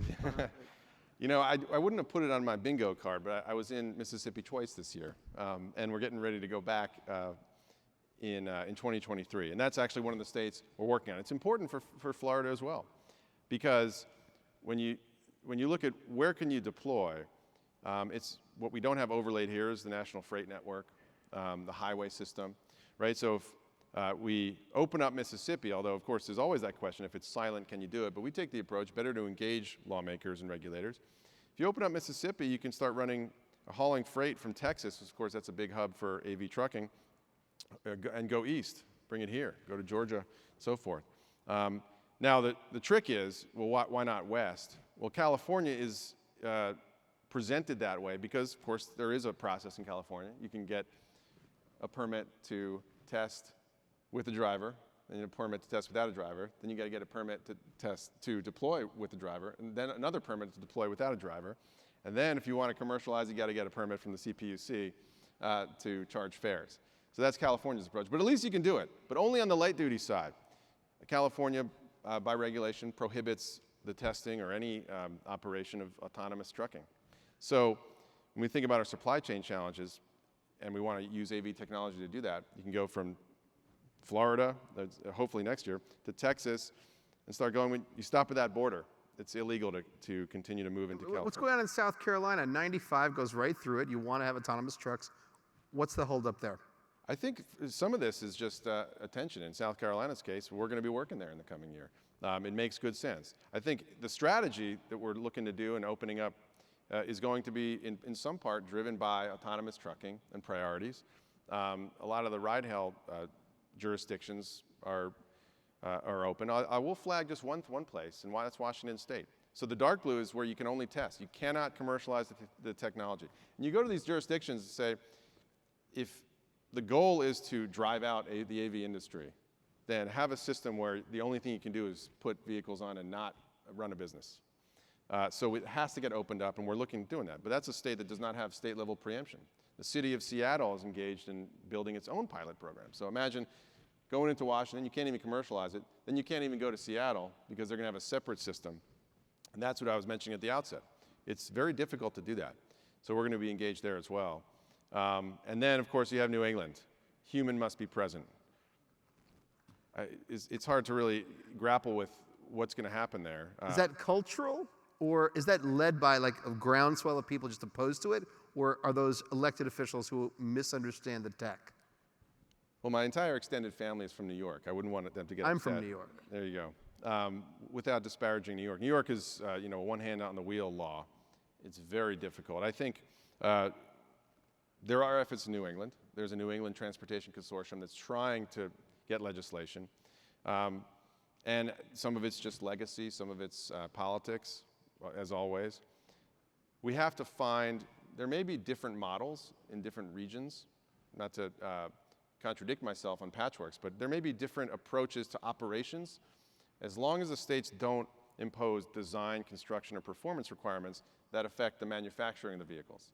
So if there's going to be constraints in other ways, if there are higher insurance requirements, if there are going to be other trade-offs in the operation, rules of the road, maybe we need to think about that in order to get that, frankly, blue state model, as we've called it, to work in those regions. But we're going to be engaged there as well. We're going to try, because we have to get it so you can get this technology to spread out across the country. I know you hate the word patchwork, so I'm going to mention again, patchwork. And I'm going to say patchwork bad, because if this country wants to compete internationally, exporting autonomous technology and hardware and sensors, our friends at Luminar and Starship that Brad's involved in, there needs to be harmonization. Just my personal point of view, because we want to be the country that's exporting that. If you have autonomous trucks and low-speed shuttles, and you have robotaxis and sidewalk delivery bots, like how different are the regulations that need to get passed across these 4 use cases? It's so important to be thinking about the AV industry, as we do, as a holistic set of use cases. And there are different regulations, particularly when you start getting into the transit space. But the model legislation that we work on, that's been enacted in nearly 20 states, takes that holistic approach. There are fundamental things that are true about AV technology, regardless of where of the use case that it's being deployed in. Achieving a minimal risk condition, being able to follow rules of the road if it's on the road, right? Being able to be self-certified to be compliant with federal law. Of course, that has to be the case. So those kinds of pillars and things like that we've seen over time are so important, like having a requirement to have a law enforcement interaction protocol. If an AV company is going to go into a state, should there be an obligation to engage with law enforcement? Yeah, and that's part of the model legislation. That's something that's important. So those are fundamental across, but when it comes to use cases, I think the important thing to think about, and I've used the analogy of a hydraulic pump. The regulatory situation, I think we can all now agree, is bizarre and needs to change. As it currently stands, though, this technology is not going away. It's coming. So where is it going to come out? Well, that pressure is going to push it out, sometimes in new and maybe ways that we hadn't thought of. Like GATIC, for example, middle mile. There are use cases, NRIDE was mentioned before, which is industrial campuses and trying to cross one public road. NHTSA doesn't have jurisdiction, not on public roads. And we'll see those kinds of use cases or low-speed vehicles that are easier from a regulatory perspective. And that's great. I think it's important. These solve problems. But if we want to get ride-hail to scale, we want to get long-haul trucking to scale so we can solve those issues, then we have to then open up on the regulatory side and get some statutory changes at the federal level that will then relieve the pressure so that the water can flow, to continue the metaphor, the water will flow everywhere. Do you think we're going to see any kind of regulation around terminology? Well, should we? We certainly rely on, terminology is very important. And of course it leads to some of the confusion and a lot of the confusion. So whether it's SAE or there's some kind of examination of how that works, I'm in complete agreement with you, Alex. It's autonomous vehicles and it's driver assist, as we say. Maybe you can say everything else, but it's AVs and driver assist. And we have to continue to hammer home that message. So if that's the kind of terminology we work on, whether it's a public education campaign or embedded in state laws, regulations at the federal level, we have to have definitions matter, not just for horrible lawyers like myself. Everyone in my family. I heard you were supposed to be a doctor. A doctor, that's right. I don't know what happened. How susceptible are officials at a federal or even state level to the pile-on about AV, just it's dead, it's not going to happen, it's over? Well, again, consuming articles like we saw, $100 billion down the tubes, whatever these articles are, it's of course, the Mark Twain line, right? Rumors of its death are greatly exaggerated. And in fact, it's just the opposite. As Brad was saying, this is an industry that's going to thrive, and it is thriving. And there's phenomenal stories to tell about what's going on today. Not what's going to happen 6 months from now, but what's going on today. So that's part of our engagement with Congress and regulators. And we see that kind of confusion it's at the federal level, it's certainly at the state level. We have to bring the technology, have demonstrations, have opportunities for policymakers to get in the vehicles, to get into the technology and experience it for themselves. As I've seen, working on this for some time, both before and after I was able to get into a fully autonomous vehicle with, I should say, no one in front or no test. You can sleep in the back. Can sleep in the back, but there's also no test operator. To experience the technology is to believe in it. So that's why it's so important to get to scale. How do you get to scale is to do all these other things. So terminology is going to be important as we try and push that forward, but eventually it's just going to be about getting people into the vehicles and seeing and being comfortable with a long-haul truck that's autonomous, going down the highway, exactly the speed limit, in the right lane, and your packages start coming a little bit faster. If we had not had a leader like Senator Brandis 10 years ago passing legislation, as he did, to accelerate testing and deployment, how long delayed would this sector have been, locally or even nationally? It's tremendous to have leaders at the state level like Senator Brandis and others in many other states you see here to have pushed this forward. Because it creates this critical mass. I'm very bullish on being able to get to a point where this ultimately is all one color. And it's because of that early work in Florida so many years ago, in Nevada, and then, of course, Arizona. And that created a momentum at the state level. And we go in and we have discussions. And every year we learn a little bit more about what some of the concerns are. And frankly, oftentimes it's reflective of the maturity of the technology at that time. That's okay, that's good. But the critical mass was important to have gotten on the map, literally, to be able to get this construct moving more and more. We're up to 33 states allow for deployment, and we're going to get more next year, and we're going to stay tuned for an announcement I think is forthcoming. We're going to get California opened up for AV trucking. It's happening. Before we go to the audience questions, who will be the last state? Will it be my home state? Will it be New Hampshire? Drive free or die? Are we including U.S. territories as well? You can include the territories. Well, that gets into the crystal ball gazing that we were advised not to do before. But I do think that it's going to be difficult. Any place where there's an embedded prohibition, and I'll say this. New Hampshire. New York has the one hand on the wheel law. California has a prohibition in AV trucking. Anytime there's a prohibition embedded into law, it is orders of magnitude more difficult to remove that than to have a state that has nothing and to put something in the first place. So we resist very heavily and forcefully the kinds of efforts where we're told, well, let's do it bit by bit. We'll just prohibit these aspects of it. Now, we got to do holistic because it's so much harder for political reasons and other policy reasons to remove those prohibitions. So I think anywhere you see some of those slanted lines, those will be more. I'll just say Pennsylvania actually was fixed. This map is just a couple weeks. It needs to be updated. So Pennsylvania was fixed. So anywhere else, I would say we have to focus our efforts. Questions from the audience?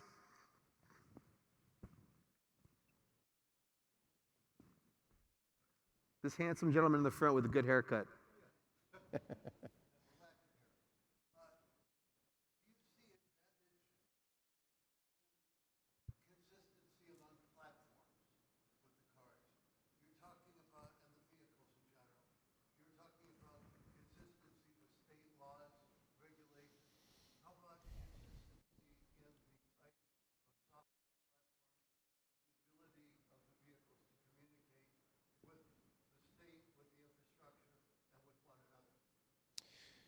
So the question is the efficiencies that can be achieved, not just with state regulatory, removing those barriers, but also technologically with the platforms in autonomous vehicles being able to be made consistent and efficient. That's certainly very important. We're seeing it in the AV trucking context with weigh stations and inspections and where there are hurdles, or there are not hurdles, there are important regulatory priorities that are going to require those kinds of protocols that will be important to have consistent across the industry.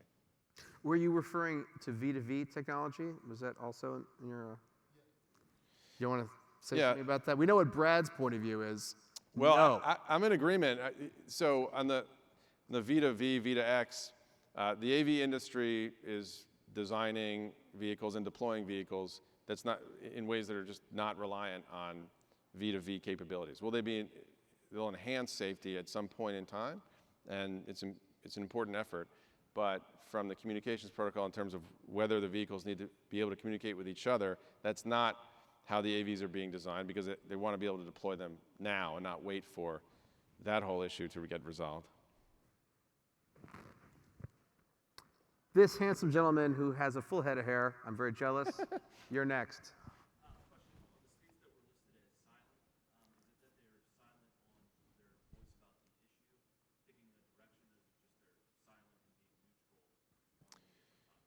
They just have not addressed autonomous vehicles in state code or state law, or an executive order or anything like that. All right, we have to wrap this up. Okay. Ariel, thank you so much. I enjoyed it. Absolutely. We'll talk backstage. Thanks so much, everyone. Thanks so much. Thanks. Oh, hold on, Alex.